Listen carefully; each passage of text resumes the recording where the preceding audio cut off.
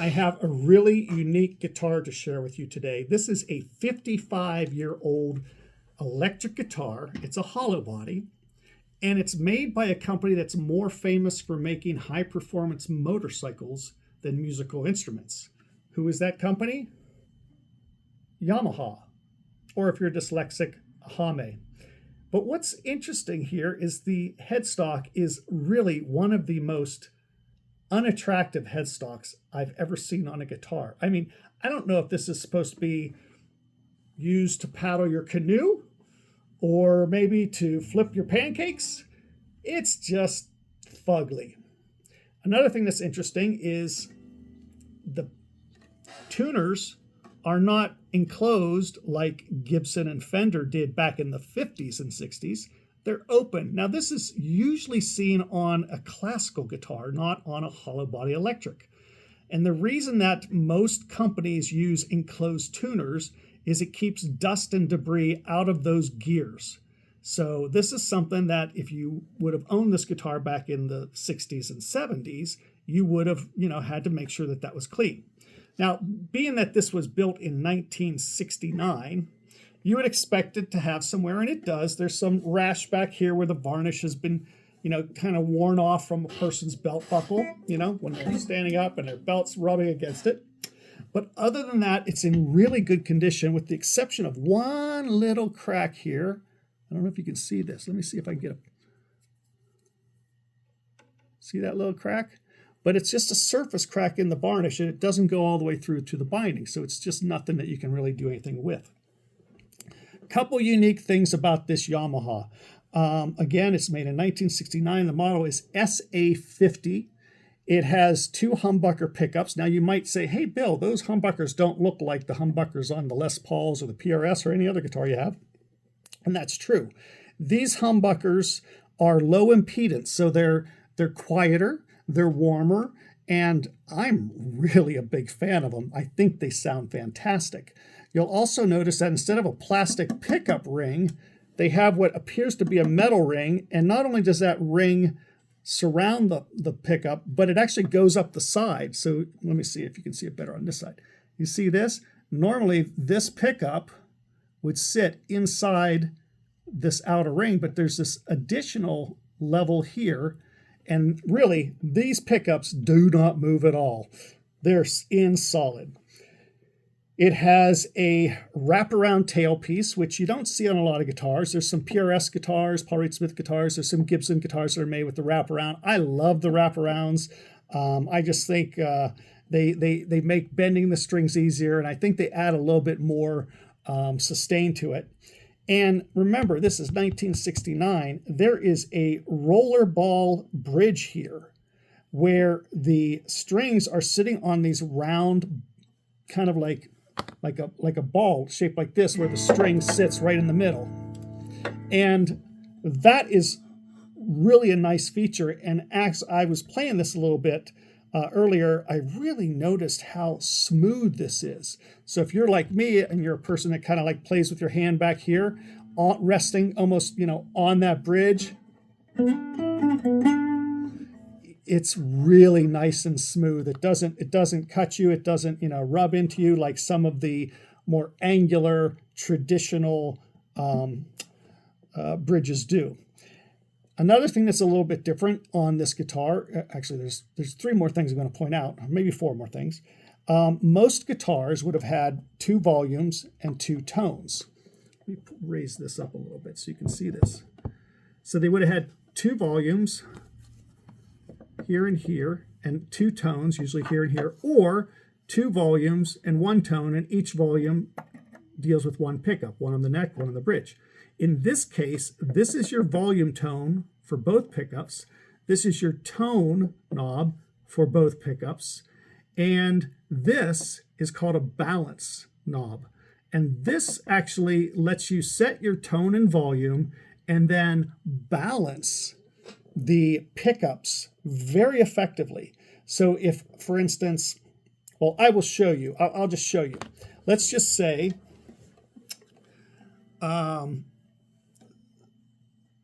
I have it set for both pickups, and I want to balance the tone between them, but I don't want to, I want to balance the level of each pickup, right?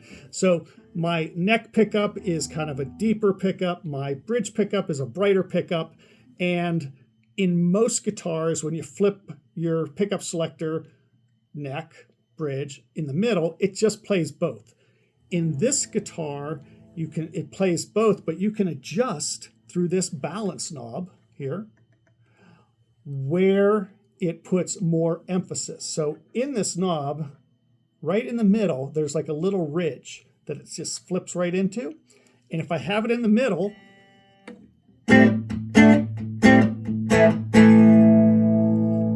nice balanced tone. If I said, you know, I really want it to be a little brighter, I just turn that balance knob clockwise.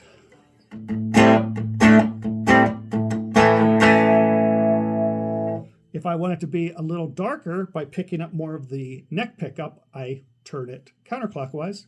And I can go a little bit more. More. Or if I want it all the way bright, and go right back to the middle.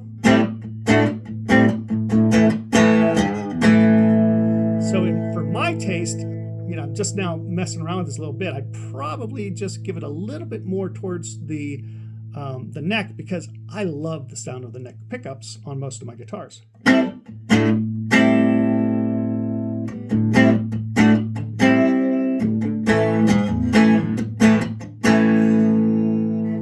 Okay, so that's pretty cool stuff. Now, what's also interesting about this, and I'm fanboying on this guitar. Two other things. This, I have no idea what that does. I don't know if you can see that. It's got some wax on it because I just cleaned the guitar up a little bit, but I don't know what this does. And you know, and I got to get online and see if somebody else knows what this does, but it's a little black thing and it's got ridges, so it seems like it should be able to turn, but I don't want to mess with it in case it's maybe put in to reinforce the top to where the strap button is. I don't know. The other thing that's interesting is most Hollowbodies, and if you've ever seen me play in my Birdlands, these guys up here, you know that they feed back a lot, especially if you have an overdriven amp. They just, well, on this guitar, there is actually it's hollow, but there's actually like a plastic of some sort in here that is almost like the shape of the F hole, comes down about maybe half an inch. So from the top of the guitar down about half an inch and then across the bottom. So it kind of encloses the F hole. So it cuts back on some of that feedback. This is a really cool idea. And many, many jazz guitarists, if you ever go, you know, like some gritty jazz club and you go up and talk to the jazz guitarists that are playing the Hollowbodies, and you start looking at their guitars, you might find that they've stuffed it with newspaper, or I've seen a lot of like foam, like foam core stuff. And I've even seen a guy that had a old T-shirt stuffed in there to stop that feedback of those especially high piercing sounds that you sometimes get from a Hollowbody electric guitar. Anyways, so that is it. This is a 1969 Yamaha SA50, and let's see what it sounds like. Okay, so I'm gonna use the Jetter train drive because I just love this pedal, and this is what it's gonna sound like.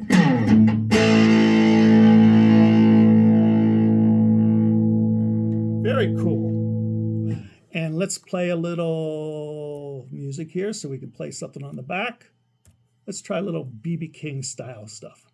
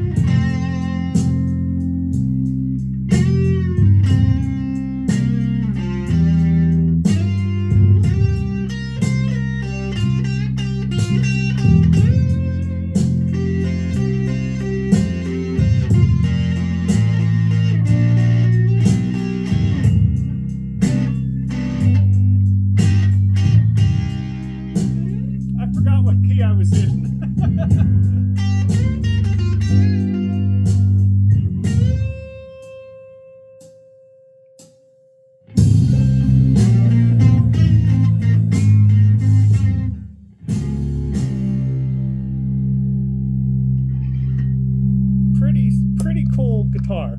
I have to get a little bit more used to it. I'm playing in C, and then I went down to B. That wasn't right. Anyways, it's got a great sound. These pickups are really cool. I mean, whether you're playing with or without.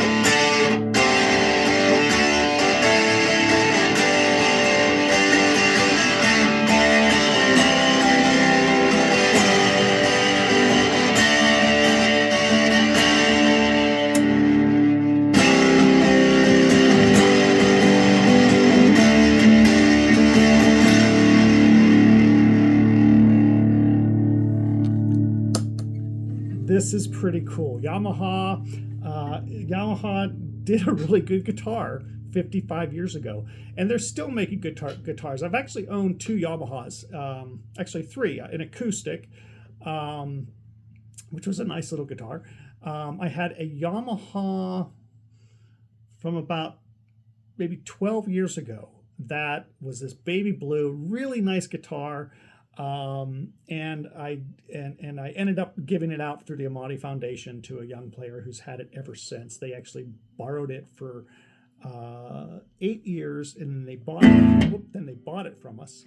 And then I had a Yamaha Mike Stern that is one of the few guitars that I really regret selling, because it was a great guitar. But at that time, I was still kind of recovering from my brain surgery, and I really wasn't able to make it sound like I was able to make it sound before.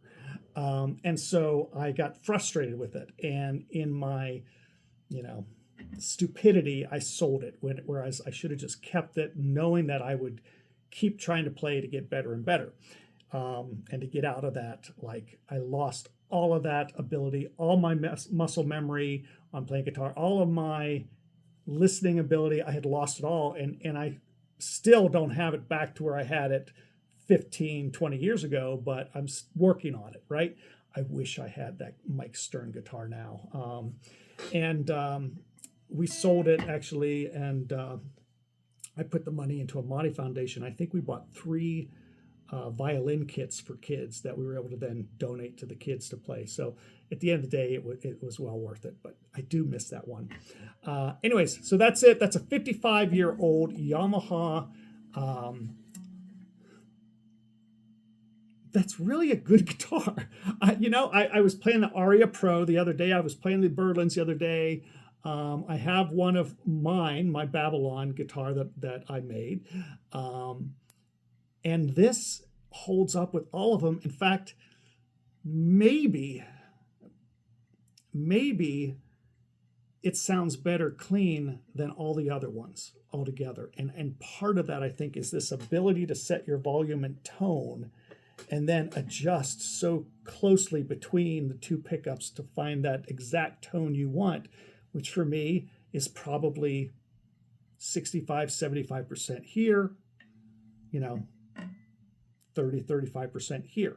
So it doesn't have the full depth and darkness of the neck because I'm adding a little bit of that that bridge pickup. So you can find these still, although a lot of the ones, I bet I know what I'll bet that is from where they had a tremolo and they could attach the bottom of the tremolo here. I'll bet that's what that is.